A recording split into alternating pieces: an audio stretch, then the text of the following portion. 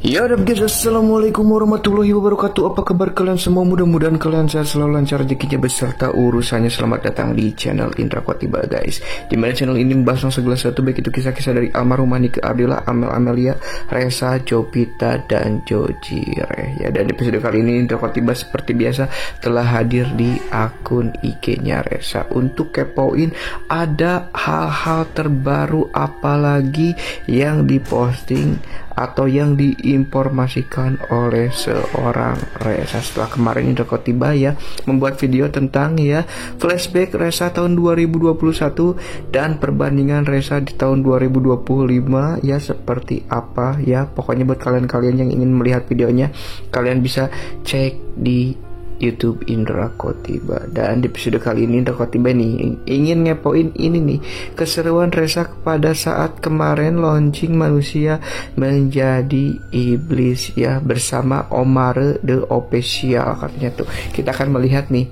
Oma ya single terbaru ya, bukan manusia jadi iblis tetapi malaikat jadi iblis. Ini terlingat Indra Khotiba pada cerita ya seorang malaikat yang bernama Ajajil yang berubah menjadi iblis atau ya rajanya iblis karena ya dia nggak mau sujud sama Adam atau manusia. Mengapa dia nggak mau sujud sama Adam ya? Dia beralasan kalau dia hanya ingin bersujud kepada Tuhan, tetapi dia melanggar perintah Tuhan. Akhirnya dicap sombong dan dimasukkan ke dalam neraka dan menjadi iblis. Tetapi dia meminta permohonan kepada Tuhan ya untuk menggoda manusia sampai hari kiamat. Dan saking cintanya dia kepada Tuhan ya, meskipun dia masuk ke dalam neraka, meskipun anak turunannya tidak akan masuk surga ya, tetapi perintah Tuhan untuk menggoda manusia dia jalankan. Saking apa? Saking cintanya dia kepada Tuhannya, sampai-sampai dia tidak mau sujud kepada Adam karena dia hanya ingin sujud kepada Tuhannya, tidak ingin sujud kepada yang lainnya. Waduh, jadi serba bingung ya guys ya. Sedangkan manusia ya guys ya, untuk mendapatkan uang, untuk mendapatkan rezeki, mereka rela sujud kepada dunia, mereka rela gitu sujud kepada manusia hanya untuk mendapatkan uang. Waduh, jadi bingung ya guys ya. Kalau menurut kalian gimana guys? Ya, menurut kalian gimana nih dengan omongan Indra Khotiba? Ya bingung ya. Manusia diciptakan oleh Tuhan menjadi makhluk yang paling sempurna, tetapi dia sujud bisa ke orang lagi, bahkan dia sujud kepada jin untuk mendapatkan rezeki, bahkan dia sujud kepada binatang untuk mendapatkan rezeki. Wah bingung ya. Jangan bingung-bingung lah ya, kita lah menikmati kehidupan. Pokoknya kita menjalankan apa yang diperintahkan dan menjauhi segala larangannya. Udah cukup, titik gitu ya. Dan nih kita akan kepo ini di story Resa ada apa nih. Rezeki itu datang bukan karena kerja keras, tapi karena caramu menerima hidup. Waduh, mudahnya hidup ditambah mengalirnya rezeki. Waduh ya. Ada istilah kata gini, kalau kita ingin kaya ya kita harus kerja keras atau kerja cerdas gitu. Kalau bisa dibilang orang-orang yang kerja keras harusnya pada kaya raya ya guys ya. Tapi kan enggak, kayak petani, kayak pegawai pabrik, kayak pegawai yang benar-benar kerja dari 24 jam, dia kerja keras banting tulang sampai 18 jam, 20 jam, melupakan lapar, melupakan makan, melupakan istirahat. Tetapi kan enggak sebanding gitu. Harusnya kalau misalkan kerja keras, harusnya banyak kuli-kuli juga yang banyak uang dong ya, kaya raya. Tapi kan enggak. Dan ada istilah kata juga, kita tuh harus kerja cerdas ya.